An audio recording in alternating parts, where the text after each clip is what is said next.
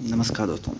आज हम लोग डिस्कस करने जा रहे हैं पीएच वैल्यूज़। आप लोग किसी भी कॉम्पिटिटिव एग्ज़ाम की अगर तैयारी कर रहे हैं तो आप लोगों से पूछ लिया जाता है कि इस चीज़ की पीएच वैल्यू क्या होगी, या जो ब्लड होता है उसकी पीएच वैल्यू क्या होती है। ठीक है, तो पीएच वैल्यू का आज आपका पूरा कॉन्सेप्ट क्लियर होने वाला है, तो वीडियोज़ को बिल्कुल एंड तक देखना। बाकी टॉपिक को आगे बढ़ाने से पहले आप लोगों को बता दूं कि पीएच वैल्यू, आप लोग सोच रहे हो कि पीएच वैल्यू होती क्या है। कुछ एक को पता होगा, कुछ एक को नहीं भी होगा।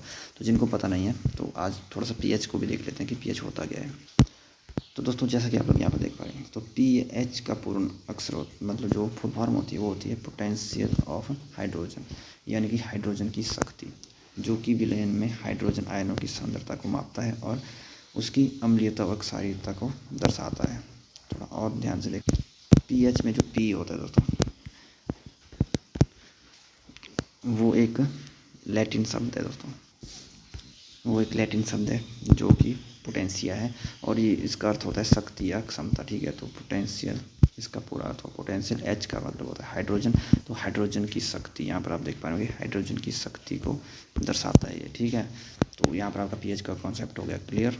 तो अब आ जाते हैं हम लोग यहाँ पर वापस, तो पीएच वैल्यूज़ आज देखेंगे हम लोग। ठीक है, तो पीएच दोस्तों, अगर आप लोगों की वैल्यूज़, ठीक है, 7 से पीछे है, यानी कि 1 से लेकर 7 तक है, तो आप लोग उसको कह सकते हैं कि वो एसिड है, यानी कि वो अम्लीय है। और अगर आपकी वैल्यू 8 से लेकर 14 तक है, ठीक है, 8 से 14 तक है, तो वो बेस है, क्षारीय यानी कि कड़वे है। ओके, और अगर 7 है तो 7 होता है न्यूट्रल।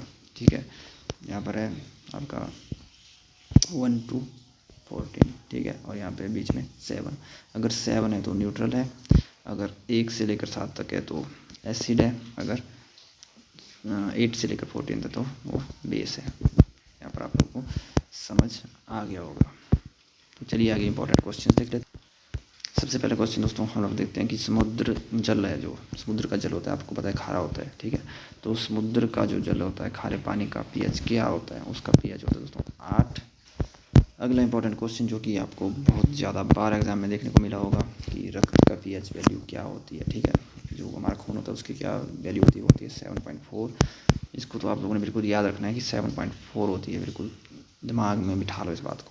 अगला है दोस्तों, शुद्ध जल की पीएच वैल्यू क्या होती है, तो वो होती है 7। मतलब जो शुद्ध जल होता है प्योर वाटर, वो न्यूट्रल होता है, ना तो वो एसिड होता है ना ही वो बेस होता है। अगला है लार की पीएच वैल्यू, ये भी दोस्तों इंपॉर्टेंट है, आप लोगों ने याद रखना है, इसको भी याद रखना है। मैक्सिमम मैंने सारे ही आप लोगों को इंपॉर्टेंट याद किए, लेकिन जो बहुत ही ज़्यादा है वो ये है। तो लार की पीएच वैल्यू होती है दोस्तों 6.5, और दूध का जो पीएच वैल्यू होती है वो होती है 6.6। अगला दोस्तों इंपॉर्टेंट क्वेश्चन है कि पेशाब का जो पीएच वैल्यू होता है, जो यूरिन होता है, ये भी इम्पॉर्टेंट है। इसकी पीएच वैल्यू पूछ ली जाती है तो वो होती है 6। और ठंडा जो हम लोग पीते हैं, ठीक है, जो भी कोल्ड ड्रिंक पीते हैं, उसकी पीएच वैल्यू क्या होती है, तो उसकी होती है 5। तो धन्यवाद दोस्तों, मुझे उम्मीद है कि आप लोगों को समझ आ गया होगा आज पीएच का कॉन्सेप्ट।